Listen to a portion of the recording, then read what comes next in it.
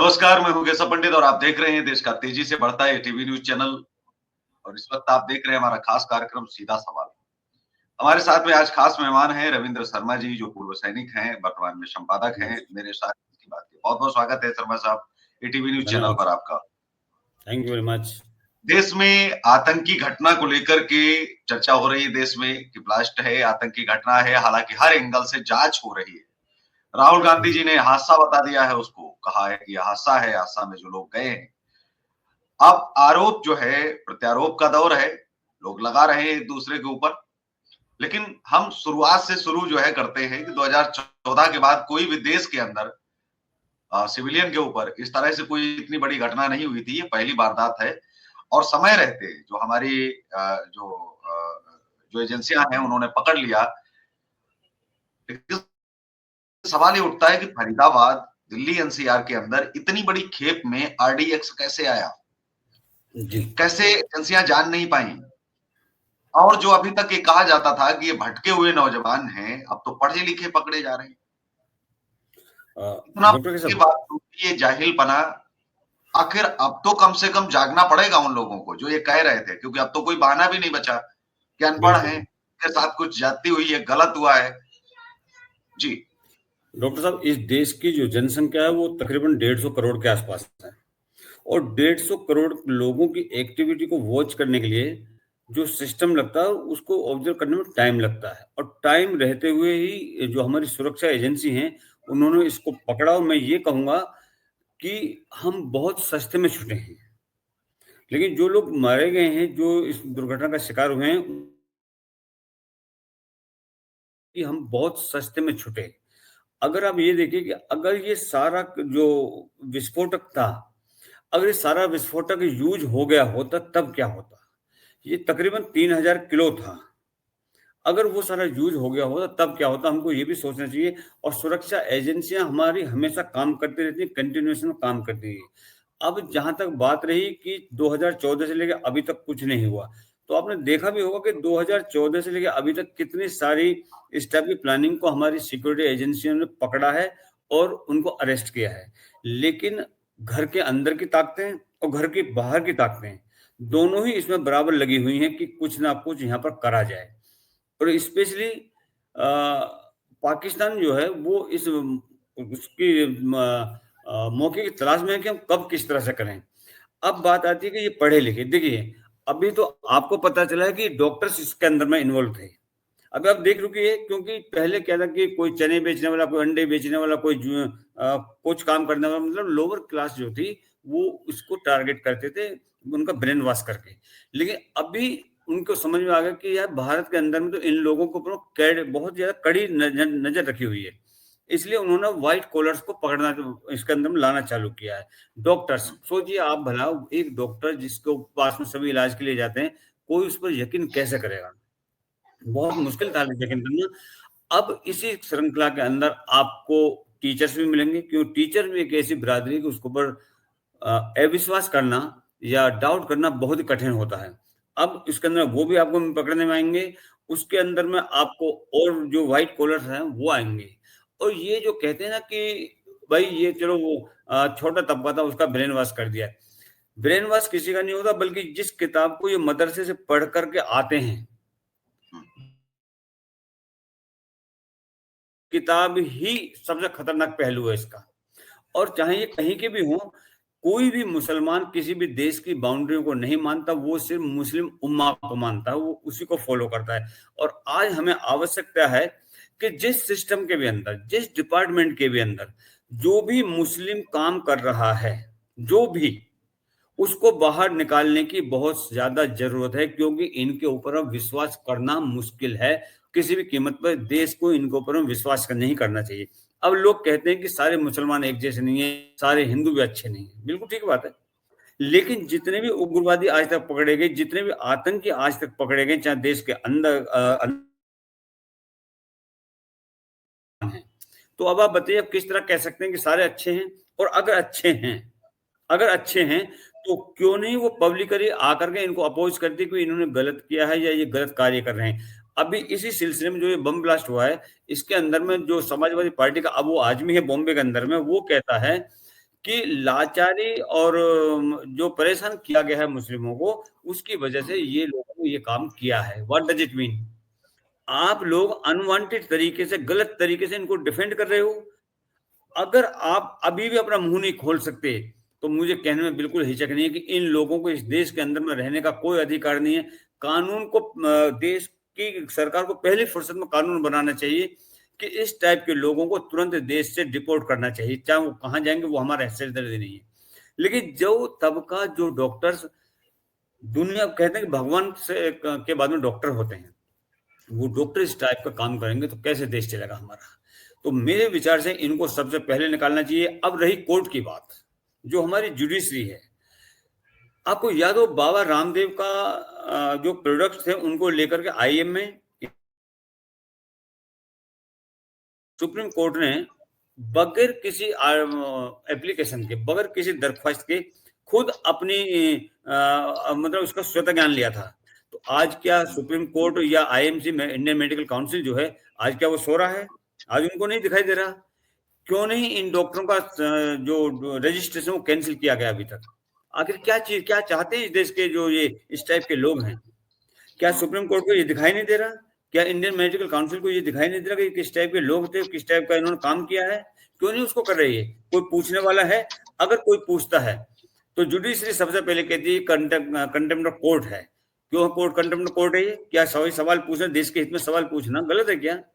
अगर है तो इस सवाल को बार बार करा जाएगा, या तो आप इसके ऊपर एक्शन लीजिए, अन्यथा आपसे सवाल किया ही जाएगा। और ये खाली समाजवादी पार्टी नहीं, कांग्रेस की पार्टी, एक कांग्रेस के अंदर में एक एयरफोर्स की विंग कमांडर है, नाम उनका ध्यान से निकल गया मेरा, उस लेडी ने भी इनको डिफेंड किया है। अरे कुछ तो शर्म करो, तुम फौज के अंदर रह करके आए हो। आचार्य, वो विंग कमांडर आचार्य है शायद, हाँ। आप फौज के अंदर रह करके आओ, अपने देश को सर्व किया, और आज आप आकर के देशद्रोहियों के साथ में खड़े हुए हो। शर्म आनी चाहिए इस टाइप के लोगों को। पता नहीं क्या सोच करके आए हुए हैं ये लोग, क्या ये सोच रहे हैं।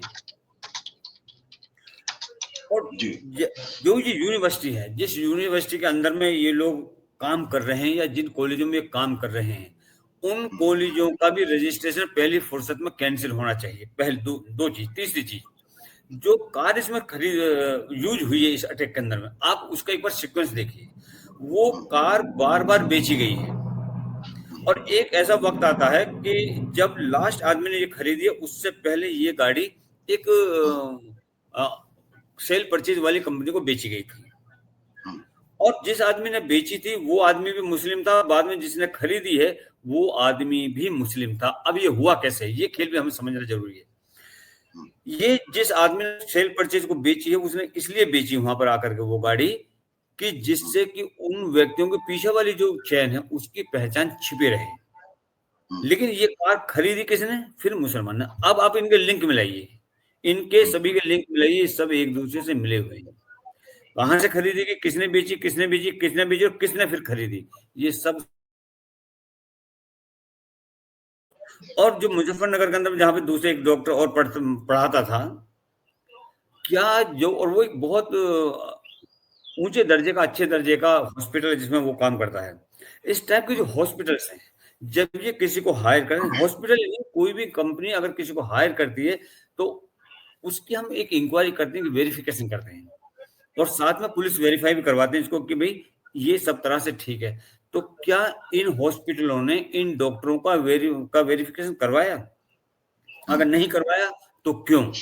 और करवाया, और करवाने के बाद में ये सब हुआ, तो इन लोगों ने अपने एम्प्लॉइज पर निगाह क्यों नहीं रखी? ये भी एक जरूरी है, क्योंकि इस बात से आप मुकर नहीं सकते कि हमारी जिम्मेदारी नहीं थी। आपकी भी उतनी जिम्मेदारी है। आप अपने यहाँ पर इंसानों को नौकरी देते हैं या आतंकवादियों को नौकरी देते हैं, ये भी सोचने का हमारे लिए विषय है।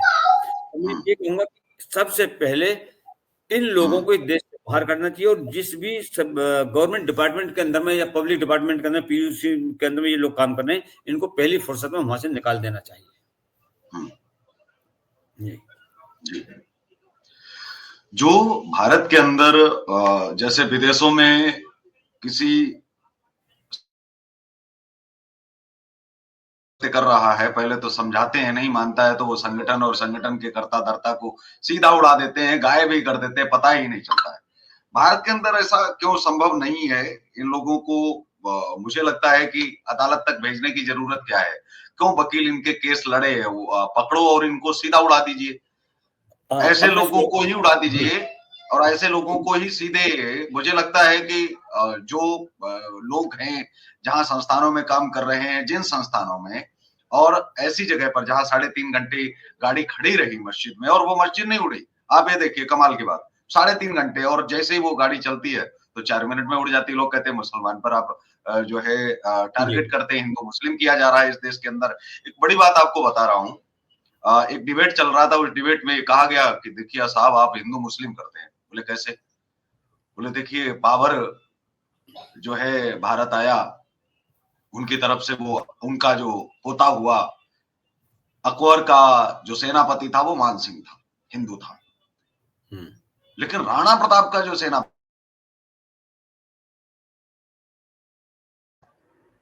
जो वीर शिवाजी थे, छत्रपति महाराज जी, उनके जो सेनापति थे वो भी मुस्लिम थे। झांसी की रानी लक्ष्मीबाई को जिसने आग दी, मुखाग्नि दी, वो भी मुस्लिम ही था। कई उदाहरण उनको पेश किए गए।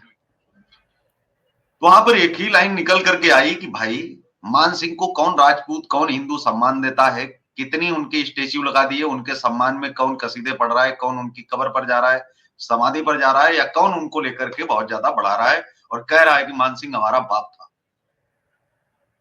भाई आप जब ये कह रहे हो कि हाकिम कासूर महाराणा प्रताप के सेनापति थे, तो आप हाकिम कासूर को बड़ा मानिए, उनको पूजिए, उनको अपना बाप बताइए। लेकिन आप तो मुगलों को अपना बाप बताने पर तुले हुए हैं, तो हिंदू मुस्लिम क्यों नहीं हो? जो डॉक्टर साहब, फिर शिवाजी के साथ में जो मुस्लिम थे, उन मुसलमानों को आप आगे बढ़ाइए, उनको कहिए कि हमारे बाप थे। लेकिन आपके लिए तो मुगल आपके बाप थे। मतलब मुगल गलत है या सही, वो भी आपने करना है और अपने तरीके से कहना है कि हिंदू मुस्लिम तो आप कर रहे हैं। इस देश के अंदर सुधार कैसे आएगा? बहुत सारे इस जो कह देश रहे हैं अच्छे मुस्लिम बिल्कुल, मुस्लिम बिल्कुल, बिल्कुल। अंतर इस करना सीखिए। कैसे अंतर अंतर कैसे करे जनता, कैसे समझे इस देश कि जो लोग उसे ट्रीटमेंट ले रहे थे वो अब उनको पता चलेगा। हमारा जो डॉक्टरी पेशा है, हम तो डॉक्टर को भगवान मानते थे, अब तो ये लगेगा कि सामने वाला बैठा आतंकवादी से बात कर रहा हूँ। मतलब यदि मुस्लिम कोई सही भी होगा लेकिन मुस्लिम डॉक्टर होगा तो बस यही लगेगा कहीं आतंकवादी तो नहीं है। आज के बाद में अब ये घटनाएं जो आ रही हैं, इसके बाद बिल्कुल। में तो लोग इलाज अ, कराने से डरेंगे और डॉक्टर उनसे भी कैसे डरेंगे। आधार कार्ड देख के इलाज करवाएंगे कि भाई कहीं जा बिल्कुल, रहे हैं, बिल्कुल। मुस्लिम नाम पड़ा है, हम नहीं जाएंगे। बिल्कुल, इसमें जाना जो डॉक्टर है कैसे सबसे, मुझे लग रहा है कि इसमें मैं इसमें भगवान मैं से ये बात कर रहा हूँ कि आतंकवादी के साथ में। जी। इसमें मैं ये कहूँगा आपसे, हम्म, अभी आपको याद हो कि थोड़े दिन पहले एक सुप्रीम कोर्ट के अंदर में एक पिटीशन गई थी कि जहां पर विष्णु भगवान की मूर्ति को खंडित किया गया था। हम्म, तो वहां पर सुप्रीम कोर्ट के जो चीफ जस्टिस हैं गवई साहब, उन्होंने कहा था कि जाइए अपने भगवान से कह करके खुद उसको ठीक करवाइए। अगर इस देश की जुडिशरी की भावना हिंदुओं के प्रति ये है तो मैं ये कहूंगा कि सबसे पहले इस देश की जुडिशरी को सुधारना आवश्यक है, क्योंकि इस जुडिशरी के अंदर में जो जज बैठे हुए हैं वो एंटी हिंदू हैं, वो देश के सनातन के खिलाफ हैं वो लोग। जब तक इस देश की जुडिशरी नहीं सुधरेगी तब तक हम बदलाव नहीं ला सकते। क्यों? क्योंकि जुडिशरी ही वो चीज है जो जिसने इनको पनपने दिया। जब वक्फ का कानून पहली दफा आया था उस वक्त जुडिशरी ने अपना मुंह क्यों नहीं खोला? उसके बाद में अब यही केस हम दिल्ली ब्लास्ट का ले लेते हैं। अब आप देखिएगा इस केस के अंदर में जैसे ही ये कोर्ट में जाएगा ये केस, कपिल सिब्बल, अभिषेक मनु सिंघवी, इनके जैसे सारे वकील वहां पर पहुंच जाएंगे। किस लिए? इनकी पैरवी करने के लिए। सबसे पहले मैं ये कहूंगा कि अगर हिंदुओं के अंदर दम है, हिंदू संगठनों के अंदर दम है, तो सबसे पहले कपिल सिब्बल और अभिषेक मनु सिंघवी जैसे वकीलों को मारना चाहिए जो इनका केस लड़ते हैं। आप किसी भी दूसरे देश में जाइए, किसी भी दूसरे देश में आप चलिए, वहां पर कभी भी देश विरोधियों के लिए आपको वहां पर वकील नहीं मिलेगा कभी भी। खाली भारत के अंदर क्योंकि बहुत मोटा पैसा मिलता है। दूसरी बात, कभी सुप्रीम कोर्ट ने क्या ये पूछा कि भाई कपिल सिब्बल जैसे वकीलों को जिसकी फीस 2 लाख 3 लाख रुपए घंटे की है, उसकी फीस जो वो आदमी दे रहा है वो कौन से सोर्स से उसको पेमेंट हो रहा है? कभी ये पूछा? कभी कपिल सिब्बल या अभिषेक मनु सिंघवी से ये पूछा कि आपके पास जो इतनी इनकम आई इसका सोर्स ऑफ इनकम क्या है आपका? ये भी सुप्रीम कोर्ट को पूछना चाहिए, लेकिन सुप्रीम कोर्ट कभी नहीं पूछता। क्यों? क्योंकि सुप्रीम कोर्ट के अंदर में खुद ही भ्रष्ट लोग बैठे हुए हैं। अभी जस्टिस वर्मा जो पकड़ा गया था, सॉरी, जिसके घर से जले हुए नोट मिले थे, सुप्रीम कोर्ट ने क्या किया उसके खिलाफ? अगर वही नोट किसी आम नागरिक के घर से पकड़े जाते तब क्या होता? अभी तक वो जेल के अंदर होता, लेकिन जस्टिस वर्मा आज भी इलाहाबाद कोर्ट के अंदर में है। तो आवश्यकता है, बदलने की जरूरत है इस देश के जुडिशरी को।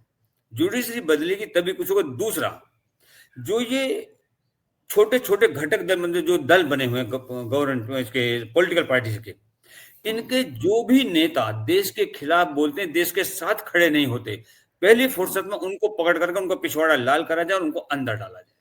क्योंकि देश से बड़ा कोई नहीं होता, देश के ऊपर कोई नहीं है। मैं, आप सब, हम इस देश के नागरिक हैं। हमें सबसे पहले अपने देश की मान मर्यादा का ख्याल रखना है। उसके बाद में किसी मुसलमान को सपोर्ट करो, किसी और को आप सपोर्ट कीजिए। आवश्यकता है देश के साथ खड़े होने की। ये नहीं कि मुस्लिमों को परेशान किया गया, प्रताड़ित किया गया, उसके इसलिए इन्होंने अटैक किया। किसको करा था? ये डॉक्टर्स हैं, इनको किसने परेशान किया, किसने प्रताड़ित किया, बताइए थोड़ा सा। इनके पास में फाइनेंशियली कोई प्रॉब्लम थी? नहीं थी। फिर क्या हुआ कि इन्होंने ये काम किया? काम वो एक ही कारण था, मुस्लिम उम्मा। मतलब इनके लिए देश की बाउंड्रीज मायने नहीं रखती, सिर्फ मुसलमान होना चाहिए। जो मुसलमान के फायदे की चीज होगी, या जो इनकी किताब कहती है कुरान कि काफिरों को मारो, वही इनके लिए सबसे बड़ी चीज है। इसलिए इनको जहां भी ये किसी सेमी गवर्नमेंट या प्राइवेट सेक्टर में काम कर रहे हैं, चाहे वो व्हाइट कॉलर हैं चाहे ब्लू कॉलर हैं, इनको सबसे पहले उस डिपार्टमेंट से बाहर फेंकना जरूरी हो गया है। अन्यथा कोई विश्वास नहीं कि मरीजों को मारेंगे या छोड़ेंगे। कई एग्जाम्पल हैं डॉक्टर्स के, जहां पर मुसलमान डॉक्टरों ने बाहर, देश के अंदर भी देश के बाहर भी, हिंदू महिलाओं को डिलीवरी करते वक्त उनका फैमिली प्लानिंग का ऑपरेशन कर दिया था बगैर परमिशन। क्यों? तो ये सारी चीजें हमको करनी चाहिए, देश को करनी चाहिए, कदम उठाने चाहिए ठोस। और आज तो इतनी मजबूत गवर्नमेंट है, इतनी मजबूत सरकार है, इतना मजबूत हमारा प्रधानमंत्री, इतने मजबूत हमारा गृह मंत्री है, बड़े आराम से सारे काम हो सकते हैं। और दूसरा, अगर इस देश के अंदर में कोरोना के टाइम में लॉकडाउन लग सकता है ओवरनाइट, नोटबंदी हो सकती है ओवरनाइट, तो ये सब काम भी हो सकते हैं, ये काम भी हो सकते हैं। और दूसरा, सबसे बेहतर तरीका, इन लोगों के वोटिंग राइट छीन लीजिए। इस देश के जितने भी मुसलमान, इनके वोटिंग राइट्स आप खत्म कीजिए। क्योंकि अगर आप संविधान को पढ़ेंगे, संविधान में बड़ा क्लियर लिखा हुआ कि जिस दिन पाकिस्तान का बंटवारा हुआ था, उस दिन से इस देश के अंदर रहने वाला हर मुसलमान पाकिस्तान का नागरिक होगा, उस दिन से। मतलब ये लेकिन आप मानते हैं इस बात को जी, आप इस बात को मानते हैं कि 2014 में जिस समय नरेंद्र मोदी जी आए थे, उनको सबसे पहले पॉपुलेशन पर कंट्रोल जहां करना था, आज पॉल्यूशन की बात हो रही है, तो वो बिल नहीं लाना, क्या आप मानते हैं कि बहुत बड़ी गलती थी? 2 बच्चों को लेकर के जो है, पहली बार आते आते ही इनको जो कंट्रोल करना चाहिए था वो इन्होंने नहीं कंट्रोल किया। 4 शादियों की जो बातचीत होती है, 4 शादियां क्यों इस देश के अंदर होनी चाहिए, लात मार के भगाना चाहिए ऐसे कानूनों को, और एक शादी सिर्फ एक देश, एक संविधान, एक विधान पर बातचीत होनी चाहिए, क्यों 4 होनी चाहिए? इस देश के अंदर जो समानता है, समान जो हम कहते हैं कि हिंदुओं के लिए केवल संविधान है और बाकियों के लिए संविधान नहीं है। संविधान तो इस देश को मानना पड़ेगा। पूजा पद्धति अपनी जगह, पूजा पद्धति के अलावा जितना भी चाहे शरिया कानून हो, यदि मनुस्मृति नहीं है तो शरीयत भी क्या कर रही है, शरीयत मानी ही नहीं जानी चाहिए। शरीयत को पूरी तरह से बैन कर देना चाहिए, प्रतिबंधित। यदि मनुस्मृति प्रतिबंधित है तो फिर शरीयत क्यों प्रतिबंधित नहीं है, उस पर भी बातचीत होनी चाहिए। लेकिन साथ ही आते हैं किसी अन्य धर्म को लेकर के, तो वहां साफ दिया है कि धर्म को मानने का अधिकार है, किसी संविधान को मानने का अधिकार नहीं है। कोई भी धार्मिक एंगल से आप अपने धार्मिक जो है कानूनों को मान्यता इस देश का कानून नहीं देता है। ये धार्मिक कानून नहीं हम मानते, धार्मिक आस्था तो मानते हैं, लेकिन कानून नहीं इस देश में चलेंगे। तो कानून 75 सालों से चलते जा रहे हैं, इन चीजों को लेकर के भी बातचीत होनी चाहिए। दूसरा, जो मदरसे हैं उनमें कैमरे आखिर क्यों नहीं लगाए जा रहे हैं, और आर्मी को उसका कंट्रोल क्यों नहीं दिया जा रहा है? प्रत्येक मदरसे में आर्मी की ड्यूटी भी लगाई जानी चाहिए। मुझे लग रहा है ऐसा, इस देश के अंदर मदरसे हों चाहे मस्जिद हो, इन दोनों पर। और मैं कह रहा हूँ कि सभी धार्मिक स्थलों पर यदि वो कह रहे हैं कि गुरुकुलों को, तो शामिल कर लेना चाहिए कि गुरुकुलों में भी आर्मी को शामिल किया जाना बहुत जरूरी है। और प्रत्येक दिन की जो वीडियोग्राफी है, ऑडियोग्राफी है, वो सब कुछ जो है होना चाहिए कंप्लीट प्रतिदिन का। डॉक्टर कैसब, मेरा सवाल ये है कि मदरसों में पढ़ करके आज तक जो आजादी से लेकर आज तक जो मदरसे चल रहे हैं, मुझे आप 5 नाम ऐसे बता दीजिए जो मदरसे से पढ़ करके इंजीनियर बना, डॉक्टर बना या कोई और प्रोफेशन में गया है। 5 लोग मुझे बता दीजिए, कोई नहीं। नहीं, जिस इसलिए चीज को बंद मदरसा नहीं कर सकते हैं वो समझा ही नहीं सकते मदरसा ना। हम आप मद उस पर चर्चा कर सकते हैं, वो नहीं समझना चाहते। वो कह रहे हैं कि हमें समझना ही नहीं है, हम नहीं कुछ बन पाए, कोई बात नहीं, लेकिन हमें चलते रहने चाहिए। लेकिन तो उनके हमको चल देश रहे के हैं, लेकिन अगर हम हटा नहीं सकते हैं तो उसमें कुछ समाधान तो निकाल ही सकते हैं। नहीं उसको हटा लेकर क्यों के तो नहीं बातचीत हो सकते? सकती है। जी। मैंने एक ही बात कही कि अगर कोरोना में लॉकडाउन लग सकता है, नोटबंदी हो सकती है, तो सब कुछ हो सकता है, बस सिर्फ होना चाहिए गवर्नमेंट की इच्छा। पहले ही जब मोदी जी आए तो पहले टेन ओवर में, फिर दूसरे टेन ओवर में, फिर तीसरा टेन ओवर इनका जाने वाला है। इन्होंने फैमिली पॉपुलेशन कंट्रोल बिल क्यों नहीं किया? अगर नहीं किया है तो इस टाइप की चीजें होती रहेंगी हमेशा। पॉपुलेशन बढ़ेगी, कहाँ कहाँ आप किस किस को सर्विलेंस में रखेंगे, क्या क्या आप करेंगे, बहुत इम्पॉसिबल है। इसलिए जरूरत है इन लोगों इन लोगों के मतलब देश की पॉपुलेशन को कंट्रोल करने की। अच्छा, सबसे जो पहला दूसरा जो इलाज देश के अंदर जिसको सवर्ण कहा जाता है, जिसने बड़ा शोषण किया है, हालांकि शोषण वाले भी आजकल क्या क्या बोलते रहते हैं, उनको लेकर के एससी एसटी आपने दे दिया, मतलब उनको दूसरी तरफ मार रहे हैं। वो जो टैक्स का पैसा भर रहे हैं, आप उनको 7 लाख 8 लाख रुपए दे रहे हैं, वो कह रहे हैं कि हमको गाली गलौज कर दिया। इतना सिर्फ ए भर लिख देने से, जबकि 99% केस फर्जी हैं, और वो लोग इसलिए फर्जी केस करवाते हैं ताकि उनको पैसा मिल सके। थाने वाले मिल बांट बैठ के खाते हैं उस पैसे को, झूठे केस लिखे जाते हैं। तो एससी एसटी या तो एक्ट ये हटा देना चाहिए, या तो फिर आप सवर्ण एक्ट ले आओ, क्योंकि सवर्णों को भी हर रोज कहीं बोला जाता है, बहुत सारी गालियां। तो सवर्ण लड़े किस किस से?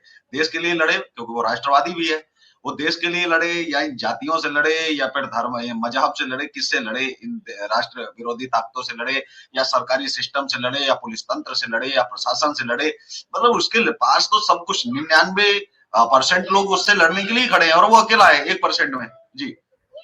तो ये कैसे अ, संभव है कि वो लड़ाई जीतेगा?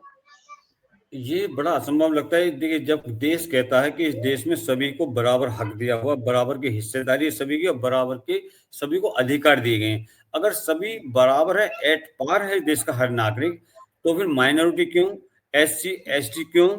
सभी के लिए एक कानून होना चाहिए, चाहे वो किसी भी तबके का हो।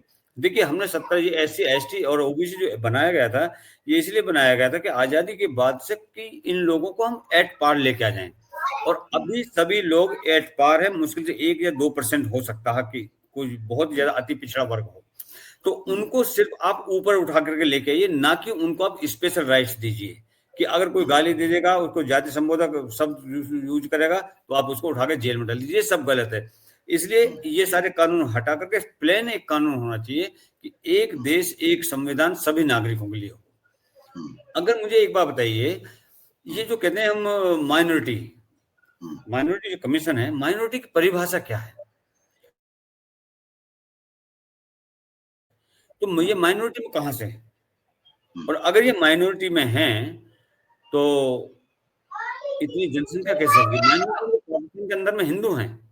माइनॉरिटी के अंदर तो पाकिस्तान में हिंदू हैं जो कि 2% है, 1% है, और वहां पर वो माइनॉरिटी में नहीं है। यहाँ पर नहीं, हमने तो जैन मुसलमान। क्या हुए? जैन जैन को क्यों आगे नहीं लाया जाता है? सिख अपनी आवाज क्यों नहीं उठाते हैं? वो माइनॉरिटी में नहीं आते हैं क्या? और अल्पसंख्यक यदि आयोग बनना देश में चाहिए, तो अल्पसंख्यक आयोग तो सिखों का बनना चाहिए, जैनों का बनना चाहिए। और भी धर्म है, तमाम है। ईसाइयों को लेकर के भी यदि हम बात करें, तो वो भी तो बहुत कम जनसंख्या में है। ये तो टॉप पे पहुंच गए हैं। इन्होंने तो देश से ज्यादा जनसंख्या यहाँ कर ली है, बिल्कुल, एक कंट्री से बिल्कुल। ज्यादा। ये तो यदि हम पाकिस्तान, अफगानिस्तान और बांग्लादेश तीनों को मिला ले, उससे ज्यादा यहाँ भरे पड़े हैं। और उन देश ये लोग नहीं बदलने वाले हैं। विदेशियों को बांध-बांध के अमेरिका की तर्ज पर बाहर क्यों नहीं भेजा जाता है? जो विदेश के बांग्लादेशी जो यहाँ पढ़ने आते हैं, उन पर प्रतिबंध क्यों नहीं लगता है? जैसे देवबंद के अंदर पढ़ रहे हैं, जो विदेशी आते हैं और कई पकड़े गए। लगा सकते हैं कि बाहर से पढ़ने पर पूरी तरह से प्रतिबंध लगा दिया जाए कि भाई यहाँ के मदरसों में सिर्फ भारत के ही मुस्लिम पढ़ेंगे, क्योंकि भारतीय मुस्लिम, बाहर का मुस्लिम आएगा तो वो वैसे पहले से जिहादी और कट्टर है। तो ऐसे जिहादियों को बाहर निकालने के लिए बाहर के मुसलमान क्यों पढ़ने आते हैं? यदि वह जिहादी और आतंकवादी ही हैं, उनको जोड़ा क्यों जाता है? ये तो उनके साथ लिंक बनाने के लिए सरकार ही कहीं ना कहीं परमिशन दे रही है ना। कैसे बिल्कुल, पाकिस्तान, आज तक हम देख रहे हैं कि पाकिस्तान, मैं भी एक दिन सोच रहा था कि पाकिस्तान के मुसलमानों के साथ भारत के मुसलमानों का कैसे संबंध है? मतलब रोटी बेटी का संबंध है भाई। आप परमिशन देते हो, रोटी बेटी का संबंध बना रहे हैं। वो संबंध जो है, उनके जितने जो अवैध संबंध हिंदुओं के लिए हैं, वो उनके लिए वैध संबंध है। तो दूसरा उनका संबंध यह है कि पाकिस्तान के, बांग्लादेश के जो बच्चे हैं वो पढ़ने यहाँ आते हैं, 20 साल 25 साल यहाँ पढ़ते हैं, यहाँ की सारी उनको और अपने ही चाचा, ताऊ, फूफा, मामा जो यहाँ बनाए होते हैं, उन्हीं की बहनों के साथ, बेटियों के साथ शादी करते हैं और इन्हीं को लेकर के साथ में और हिंदुओं पर और भारतीयों पर विस्फोट करते हैं, मारते हैं उनको जान से। तो ये सरकार इतना खुला दरवाजा क्यों? मतलब ये खिड़की नहीं है, दरवाजा ही खुला छोड़ रखा है कि भाई आप सीधे आ जा सकते हो। तो इस पर प्रतिबंध क्यों नहीं? जी। आर्टिकल 370 हटने से पहले आर्टिकल 370 में एक क्लोज दिया गया था कि पाकिस्तान का कोई भी आदमी इस देश के अंदर जम्मू कश्मीर की किसी भी लड़की से शादी कर सकता है और लड़की की जो प्रॉपर्टी यहाँ पर है उसका मालिकाना हक उसको होगा। लेकिन भारत का कोई भी व्यक्ति पाकिस्तान की लड़की से शादी नहीं कर सकता। ये क्लोज उसने दिया था और उसी का ये तो नेहरू गांधी फैमिली ने शुरू में ही स्थापित कर दिया था कि इस देश पर पहला हर चीज के ऊपर अधिकार जो है वो मुसलमानों का होगा। और उसी की पुनरावृत्ति करी थी डॉक्टर मनमोहन सिंह ने। उन्होंने बोला था कि इस देश पर पहला अधिकार मुसलमानों का है। आप किस किस को देखोगे, मैं कह रहा हूँ कांग्रेस के अंदर में शुरू से लेकर के आज तक, मतलब नेहरू से लेकर के और राहुल गांधी तक, ये सारे ही देश विरोधी हैं सारे। देखिए, जब जब राहुल गांधी देश के बाहर गए, तब तब इस देश के अंदर में कुछ ना कुछ हंगामा हुआ है, कुछ ना कुछ तभी हुआ है। इसका मतलब बाहर से कोई क्रोनोलॉजी ऐसी आती है जो देश को भड़काती है, देश को तोड़ती है, देश के अंदर में झगड़े और उत्पात पैदा करती है। तो ये भी जरूरी है कि राहुल गांधी के ऊपर भी कुछ एक्शन लिया जाए। अगर वो एलओपी है तो एलओपी का मतलब ये नहीं कि देश के खिलाफ आप कुछ भी बोलते रहो, जो मर्जी वो कहते रहो, वो नहीं होना चाहिए। इस सरकार को उसके अगेंस्ट में भी कुछ ना कुछ फैसला लेना आवश्यक है। और जितने भी इस टाइप के यहाँ पर मदरसे चलने देखिए, मदरसों का बंद का आसाम के अंदर में हेमंत बिस्वा शर्मा जो वहां के मुख्यमंत्री, उन्होंने मदरसे बंद कर दिए। अगर वो व्यक्ति कर सकता तो ये हर एक जगह पर बंद हो सकते हैं। ऐसा नहीं है। इनका रजिस्ट्रेशन कहाँ है, इनकी ट्रांसपेरेंसी क्या है, इनकी जो फंडिंग आती है उस फंडिंग का क्या हिसाब किताब है, कोई है? नहीं है। क्यों नहीं है? तो ये तो सरकार का काम है, सरकार पूछती नहीं इसमें। क्यों? कि चाहे वो भारतीय जनता पार्टी है, चाहे कांग्रेस, चाहे कोई भी है, इन लोगों को अपनी कुर्सी प्यारी होती है, कोई भी हो। चाहे देश के क्या है क्या नहीं वो उसके इनके लिए इनको इतनी आवश्यकता नहीं, लेकिन इनको इनकी कुर्सी की सबसे ज्यादा जरूरत है। इनको अपनी कुर्सी चाहिए, इसलिए ये लोग आंख मीच करके रखते हैं, कोई आए कोई जाए। अभी बंगाल में देख लीजिए, सबसे ज्यादा घुसपैठ बंगाल से होती है। बंगाल की मुख्यमंत्री सीधे सीधे इनके पक्ष में खड़ी होती है। उत्तर प्रदेश के अंदर में जो समाजवादी पार्टी के मुखिया अखिलेश जी, वो इनके सपोर्ट में खड़े होते हैं। इनका सब अगर कोई स्ट्रिक्ट एक्शन अभी की सरकार लेती है तो जितने भी विपक्षी दल हैं ये सारे इकट्ठे होकर के देश के अंदर में गृह युद्ध करवा देंगे, इसमें कोई शक नहीं है। जी, एक सवाल और है। भारत के अंदर जब भी आतंकवादी कोई घटना होती है तो ये बहुत सारे लोग आ जाते हैं, आरोप प्रत्यारोप सरकारों के ऊपर लगाना शुरू कर देते हैं और फिर गैंग तो पहले से ही तैयार बैठे कि जी ये मोदी गवर्नमेंट में हो गया है। मतलब मोदी गवर्नमेंट में हो गया है तो मोदी जिम्मेदार हो गए। तो फिर कांग्रेस के दौर में जो हुआ था वो उसके लिए कांग्रेस जिम्मेदार क्यों नहीं है? वो तो आप कहिए कि मनमोहन सिंह ने ही बुलवा करके करवाया था। अजमान आमिर कसाब को बुलवाया था, रात को बिरयानी खिलाई घर में बिठा के और राहुल गांधी के साथ खाई थी, सोनिया गांधी ने परोसी थी और उसी बिरयानी को खाने के बाद AK-47 AK-57 उठा करके उन लोगों ने ताज होटल पर हमला किया था। तो ये क्यों नहीं भाई कबूलते हो, आप लोग स्वीकारते हो? क्योंकि उनको अनुभव ज्यादा है, 60 सालों से आप सत्ता में हो, आपको पता है कि सरकार ही करवाती है, तो फिर आप स्वीकारो कि हमने करवाया, हमारे दौर में हमने जितने भी आतंकी घटनाएं हुई उनके लिए, सबके लिए मैं जिम्मेदार हूँ पूरी तरह से। दूसरा आता है कि इस देश के अंदर, जी दूसरा और सवाल है, मैं 2 सवाल एक साथ ही कर रहा हूं। दूसरा सवाल हमारा यह है कि इस देश के अंदर जैसा जब निज्जर जैसा आतंकवादी यदि कनाडा के अंदर मारा जा सकता है, कनाडा में जो गलत लोग थे थे या खालिस्तान की जो मूवमेंट चला रहे थे, एक तरफ से उनका कत्लेआम होना शुरू हो गया था, उनका एकदम बद होना, मतलब उनको मारने लॉरेंस बिश्नोई गैंग का नाम बता रहा था। तो क्या इस तरह के गैंग या फिर एक अलग तरह से एक ऑफेंस मिनिस्ट्री एक खोल दी जाए, मुझे लगता है, या रॉ की तरह ही एक अलग से एक संस्थान एक भारत सरकार को बनाया जाना चाहिए कि जो भी देश विरोधी है, जो भी देश विरोधी है, मतलब यहाँ तक कि ऐसा व्यक्ति भी जो बड़े स्तर पर बैठा है लेकिन पाकिस्तान जिंदाबाद जो है बोल सकता है, लेकिन पाकिस्तान मुर्दाबाद बोलने में उसको दिक्कत है, तो ऐसे व्यक्ति को भी उड़ा देना चाहिए। क्यों नहीं उड़ाने की जो है उसको लेकर के ऐसे संगठन देश में काम क्यों नहीं करें, जो सफाई भी करते रहें। केवल रॉ की तरह पता लगा के हमने जानकारियों का करना क्या? मतलब आप जानकारी इकट्ठा करिए, फिर उसको पकड़ के ले जाइए, दूसरी टीम जाएगी, पकड़ेगी, अदालत में करेगी। यहाँ लड़ने वाले बैठे हुए हैं, तो वो साबित करेंगे। सफाई अभियान क्यों शुरू नहीं होता है कि इस तरह से, जैसे हिटलर ने भी मैंने सुना है कि उसने भी अपने देश के अंदर जिस समय वो शासन कर रहा था, तो उसने एक अलग से एक एजेंसी बनाई थी जिसका काम था कि जो भी देश विरोधी या उसका जो विरोध करने वाली ताकतें, उनका सोपड़ा साफ, जो भी कम से कम चेन तो टूटेगी। मान लीजिए कि एक चेन में 10 लोग हैं, अब एक साथ तो वो बैठ नहीं रहे हैं, लेकिन कुछ हमें बीच के 2-4 लोगों के बारे में पता चला, तो 4 के 4 ही उड़ा दो, ठोक दो, तो कम से कम चेन टूटेगी, तो कम से कम काम जो है, उनका जो मिशन है, वो तो कम से कम नहीं हो पाएगा। हम उनको जिंदा क्यों रखना चाहते हैं? हमें क्यों ये चाहिए कि हमें ये चाहिए ही चाहिए, उसको फोड़ क्यों नहीं देते, उड़ा क्यों नहीं देते हैं? और फुल फैमिली पैकेज उनको दे देते हैं। तो इस तरह की कम से कम इस देश के अंदर एक जो है मैं कह रहा हूँ कि एक एजेंसी कम से कम बनाई जानी चाहिए भारत सरकार को। जाते जाते आते आते ये तो हमेशा बदलता रहेगा, लेकिन सरकार को एक ऐसी एजेंसी जो इसमें देशभक्ति भर्ती होंगे और जिसका सरकार से भी कोई लेना देना नहीं रहेगा, उस एजेंसी का सरकार को केवल पता है, लेकिन उनके नाम क्या है, चीजें क्या है, जिस तरह से सरकार के वो हमारे एक प्रधानमंत्री का भी नाम लिया जाता है कि उन्होंने जो है पाकिस्तान को बता दिया था, हमारे रॉ के बहुत सारे एजेंट मरवा दिए। उसके बाद में हमारे पूर्व राष्ट्रपति जो हामिद अंसारी हैं, उन्होंने भी नाम बता दिए थे टर्की को, तो वो भी जो है मरवा दिए गए थे। तो अब हमारे जो रॉ के जो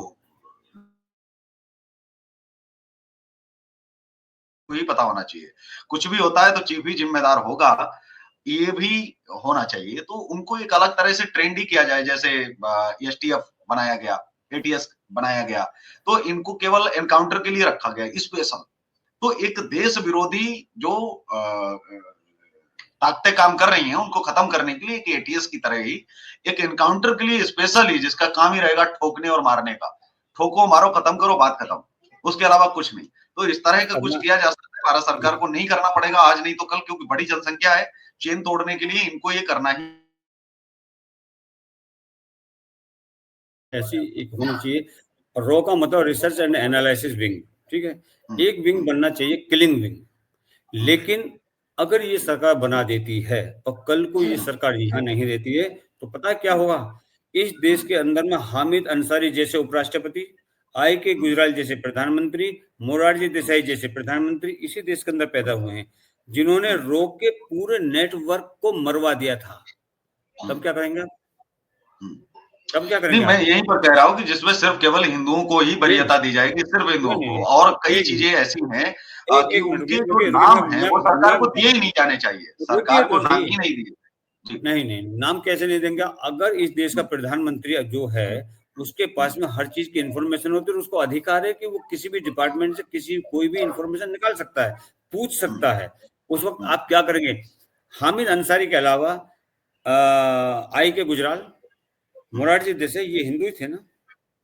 क्या किया था इन्होंने? इन्होंने मरवा दिया था ना पूरा नेटवर्क हमारा।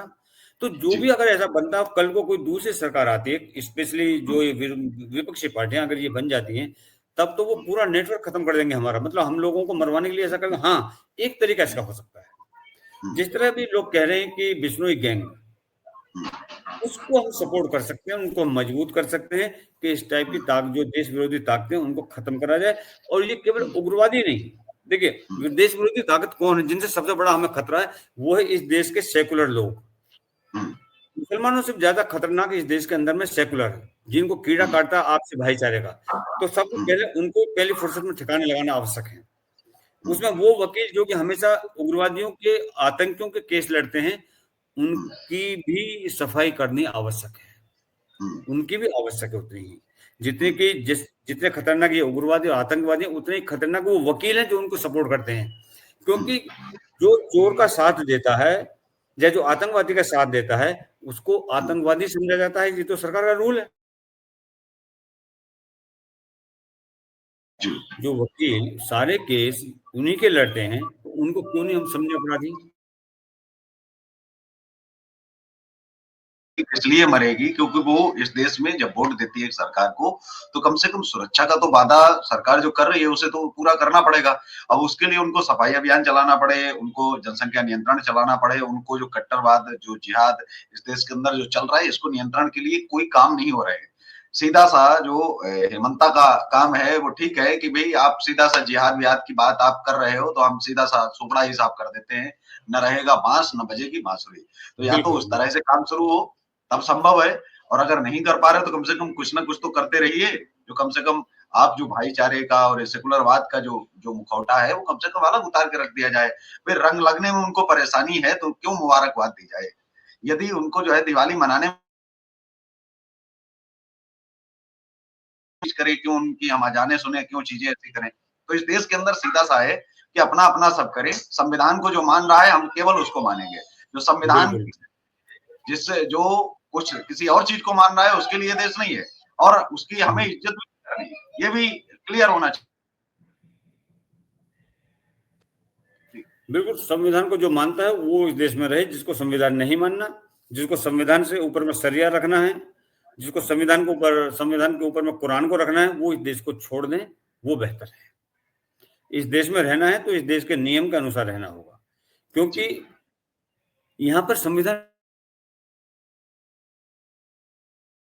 इससे पहली फुर्सत में जो इस कम्युनिटी के जो मुस्लिम कम्युनिटी के लोग जिस भी डिपार्टमेंट में हैं, क्योंकि अब भरोसा उठ गया बिल्कुल, अब भरोसा नहीं कर सकते। उनको सबसे पहले यहाँ से निकालना चाहिए, क्योंकि अगर कोई इंजीनियर है किसी सरकारी डिपार्टमेंट में, तो वो इंजीनियरिंग में कोई भी खुराफात करके बेड़ा गर्क कर सकता है।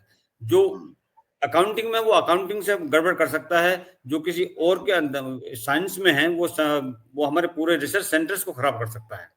तो ये हुँ। हमारे सामने एक बार आकर और कहते हैं कि दूध का जला छाछ फूँक-फूँक करके पीता। अब ये चीज़ ज़रूरी हो गई है कि इन लोगों लेकिन से आपको दूसरों का लगता है एक आखिरी सवाल कि क्या आपको लगता है कि हिंदू सुधरेगा ऐसी चीज़ों से? क्या उसको उसमें सुधार आएगा?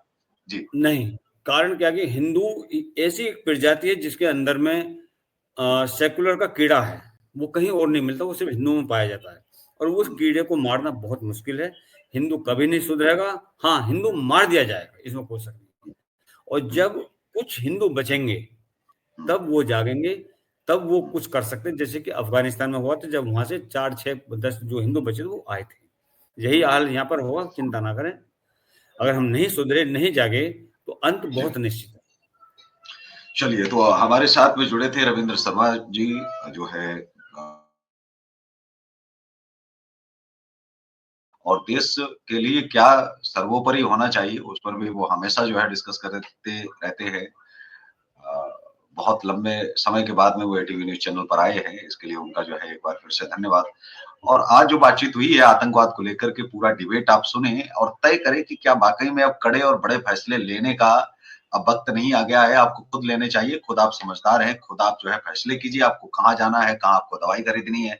जो डॉक्टर भगवान के रूप में हो सकता है उसके साथ बैठना है या किसी आतंकवादी के साथ बैठना है, जिसका पता ही नहीं है कि आप आतंकवादी से ट्रीटमेंट ले रहे हैं, जो आपके ज़हर की तैयारी कर रहा है, साइनाइड से भी 10,000 गुना खतरनाक ज़हर बना रहा है आपके लिए, आपको मारने के लिए। तो भाईचारा कैसे आप निभाइएगा? तो आज के इस कार्यक्रम में बस इतना ही, हमें दीजिए इजाज़त। नमस्कार। आप देखते रहिए देश का तेज़ी से बढ़ता एटीवी न्यूज़ चैनल। जय हिंद, वंदे मातरम। ज